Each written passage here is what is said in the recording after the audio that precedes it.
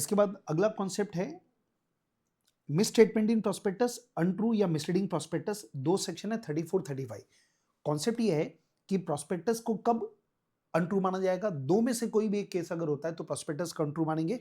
सबसे पहले प्रोस्पेक्टस में जो आपने बातें लिखी है, जो स्टेटमेंट आपने लिखा है वो मिसलीडिंग है, वो गलत है। जिस तरीके से आपने उसको इंक्लूड किया वो गलत है। और सेकंड नंबर, प्रोस्पेक्टस में जो बातें लिखना चाहिए था वो आपने नहीं लिखा। ये दो में कुछ भी अगर हुआ तो उस प्रोस्पेक्टस को अनट्रू मानेंगे। और यहां पर एक इंपॉर्टेंट केस है रेक्स वर्सेस किलसेंट। इस केस में क्या हुआ, कंपनी को ट्रेडिंग लॉस था लेकिन कैपिटल प्रॉफिट था, और कंपनी ने डिविडेंड पे किया था आउट ऑफ कैपिटल प्रॉफिट। लेकिन कंपनी ने प्रोस्पेक्टस में केवल ये लिखा कि हमने डिविडेंड कई सालों से डिक्लेयर किया। तो ये जो स्टेटमेंट है वो हालांकि सही है, लेकिन आपने पूरी बातें नहीं बताई तो उस प्रोस्पेक्टस को अनट्रू प्रोस्पेक्टस माना जाएगा। अब अगर अनट्रू प्रोस्पेक्टस हुआ तो उस केस में लायबिलिटी क्या क्या आएगी, तो दो सेक्शन है 34 35। 34 में क्रिमिनल लायबिलिटी है, 35 में सिविल लायबिलिटी है। सबसे पहले आते हैं क्रिमिनल लायबिलिटी सेक्शन में 34। ये लॉ में लिखा है कि कोई भी वो सारे पर्सन जिन्होंने प्रोस्पेक्टस को ऑथराइज किया उन सब पर 447 लगेगा। यहाँ पे कोई स्पेशल पर्सन का नाम नहीं लिखा है, बोला जो भी पर्सन ऑथराइज करेगा 447 लगेगा।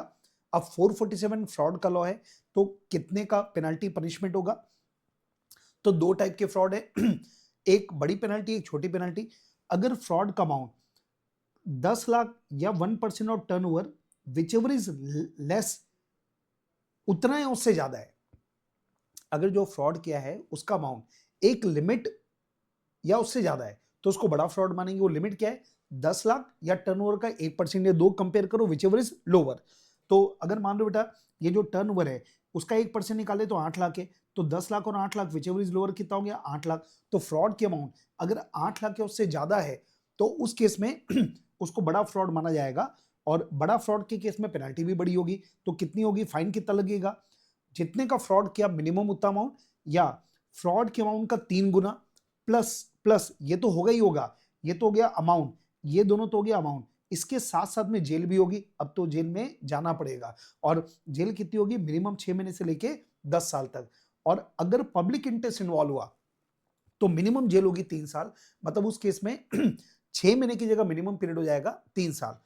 और अगर फ्रॉड की अमाउंट ऊपर वाली लिमिट से कम है, प्लस पब्लिक इंटरेस्ट भी इन्वॉल्व नहीं है, लिमिट से भी कम है, मतलब ऊपर में जो लिमिट थी ना, जैसे फॉर एग्जांपल आपका फ्रॉड का अमाउंट केवल 7 लाख है जबकि लिमिट आई थी 8 लाख, तो अमाउंट के में प्लस पब्लिक इंटरेस्ट इन्वॉल्व नहीं है, तो उस केस में 5 साल तक की जेल हो सकती है, या 50 लाख तक का फाइन लग सकता है, या फिर दोनों।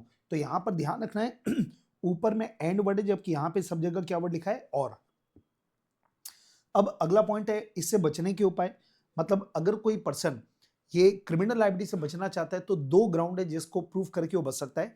सबसे पहले वो प्रूव कर दे कि इमटेरियल है, मतलब हमने कोई बड़ा भारी कोई घोटाला नहीं किया है। और सेकंड नंबर, वो ये प्रूव कर दे कि हमको ये भरोसा हो रहा था, हमने जो लिखा वो बिल्कुल सही है, या हमने जो नहीं लिखा उसको नहीं लिखने के हमारे पास कोई कारण है। तो ये दो में से कोई भी एक ग्राउंड अगर आप प्रूव कर दे तो कोर्ट में, तो आपके ऊपर क्रिमिनल लायबिलिटी नहीं आएगी। अब बात करते हैं civil liability section number 35। Civil liability कब लगेगी, सिविल लायबिलिटी मतलब होता है कंपनसेशन।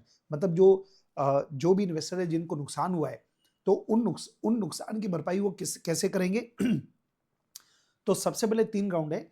नुकसान सिविल लायबिलिटी तभी मिल पाएगी आपको जब आपने सब्सक्राइब किया हो, मतलब आपने डायरेक्ट कंपनी से शेयर परचेज किया है प्रोस्पेक्टस के बेस पर, प्लस आपने उन बातों पे भरोसा किया है, अनट्रू प्रोस्पेक्टस पर आपने यूपी मतलब अनट्रू प्रोस्पेक्टस पर आपने भरोसा किया, और प्लस आपको लॉस हुआ है। अगर ये तीनों कंडीशन पूरी होती है तो उस केस में आप डैमेजेस के लिए केस कर सकते हैं। अब यहां पर एक केस है पीक वर्सेस गन्ने। इस केस में डिसाइड हुआ है कि अगर किसी ने शेयर ओपन मार्केट में परचेस किया तो उसको कोई रेमेडी नहीं मिलेगी। मतलब रेमेडी तभी मिलती है जब आप सब्सक्राइबर हो, मतलब आपने डायरेक्ट कंपनी से शेयर परचेस किया हो।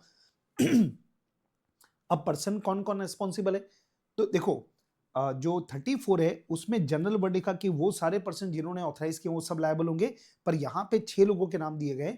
मतलब जो सिविल लायबिलिटी उन 6 लोगों के ऊपर होगी। पहला तो कंपनी क्योंकि वो सेपरेट लीगल एंटिटी है। दूसरा, कंपनी के जो एग्जिस्टिंग डायरेक्टर है वो लायबल होंगे। तीसरा, वो सारे पर्सन जो डायरेक्टर बनने के लिए तैयार है, मतलब इनको बोलेंगे प्रपोज डायरेक्टर। अगला पॉइंट है कंपनी का प्रोमोटर। नेक्स्ट पॉइंट है वो सारे पर्सन जिन्होंने प्रोस्पेक्टस को ऑथराइज किया है।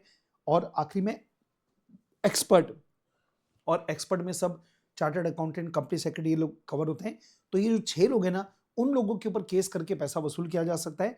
लेकिन अगेन ये जो ऊपर में जो 6 लोग हैं जिनके ऊपर सिविल लायबिलिटी आ रही है, वो अगर अपने आप को बचाना चाहते हैं तो 3 ग्राउंड लॉ में दिए हैं जिनके द्वारा वो बच सकते हैं। सबसे पहले उनको प्रूव करना पड़ेगा, ये पहला वाला डिफेंस अवेलेबल है केवल डायरेक्टर को। अगर डायरेक्टर बचना चाहता है तो डायरेक्टर को कोर्ट में प्रूव करना पड़ेगा कि मैंने डायरेक्टर बनने के लिए कंसेंट तो दी थी, लेकिन प्रॉस्पेक्टस इशू करने के पहले मैंने अपनी कंसेंट विड्रॉ कर लिया था, और ये जो प्रॉस्पेक्टस इशू किया गया ये मेरे अथॉरिटी या मेरे कंसेंट के बिना इशू किया गया था। सेकंड नंबर, अब ये जो सेकंड नंबर इस ये डिफेंस सबको मिल जाएगा, मतलब ऊपर में 6 लोग हैं किसी को मिल जाएगा। ये तब मिल पाएगा जब वो प्रूव करे कि जो प्रॉस्पेक्टस इशू किया गया था वो मेरे नॉलेज के बिना इशू किया गया था, और जैसे ही मुझे पता चला कि मेरा नाम आ गया और मैंने तो प्रॉस्पेक्टस को देखा भी नहीं है, मैं अवेयर हुआ तो मैंने तुरंत पब्लिक नोटिस दे दिया कि जो प्रॉस्पेक्टस इशू किया गया है वो मेरे नॉलेज के बिना इशू किया गया है, तो उस केस में वो बच जाएगा। और तीसरे नंबर में कई बार क्या होता है, जो एक्सपर्ट होता है उसने कोई गलत कमेंट, गलत बातें लिख दी, तो डायरेक्टर उस केस में लायबल नहीं होगा। उस केस में कौन लायबल होना चाहिए? एक्सपर्ट। तो ये उसके बारे में थर्ड डिफेंस है। थर्ड डिफेंस बोलता है कि जो पर्सन है वो लायबल नहीं होंगे। कब नहीं होंगे? अगर जो स्टेटमेंट दिया गया वो किसी एक्सपर्ट ने दिया था, या एक्सपर्ट का कोई कॉपी या एक्सट्रैक्ट था वो, और उनको रिजनेबल ग्राउंड टू बिलीव था कि जो एक्सपर्ट है जो ओपिनियन दे रहा है वो कॉम्पिटेंट है, प्लस एक्सपर्ट ने अपनी कंसेंट दिया था और अपनी कंसेंट को विड्रॉ नहीं किया था। तो कुल मिला के कॉन्सेप्ट क्या हो गया कि अगर एक्सपर्ट कोई अपना ओपिनियन देता है, हमने उस ओपिनियन को वैसा को वैसा प्रॉस्पेक्टस में छाप दिया, या एक्सपर्ट ने कोई ओपिनियन दिया, हमने उनकी कुछ बातों को, एक्सट्रैक्ट को प्रॉस्पेक्टस में छापा, तो ऐसे केस में डायरेक्टर या जो बाकी लोग हैं ना वो लायबल नहीं होंगे। उस केस में केस किसके ऊपर होगा? एक्सपर्ट पे। मतलब एक्सपर्ट फंस जाएगा, डायरेक्टर बच जाएगा। और आखिरी पॉइंट है कि अगर ये प्रूव हो जाता है कि जो प्रॉस्पेक्टस इशू किया गया वो जानबूझकर धोखा देने के लिए इशू किया गया था, तो जो भी ये लोग हैं उन सब की लायबिलिटी अनलिमिटेड होगी। तो ये हो गया आपका सेक्शन नंबर 35।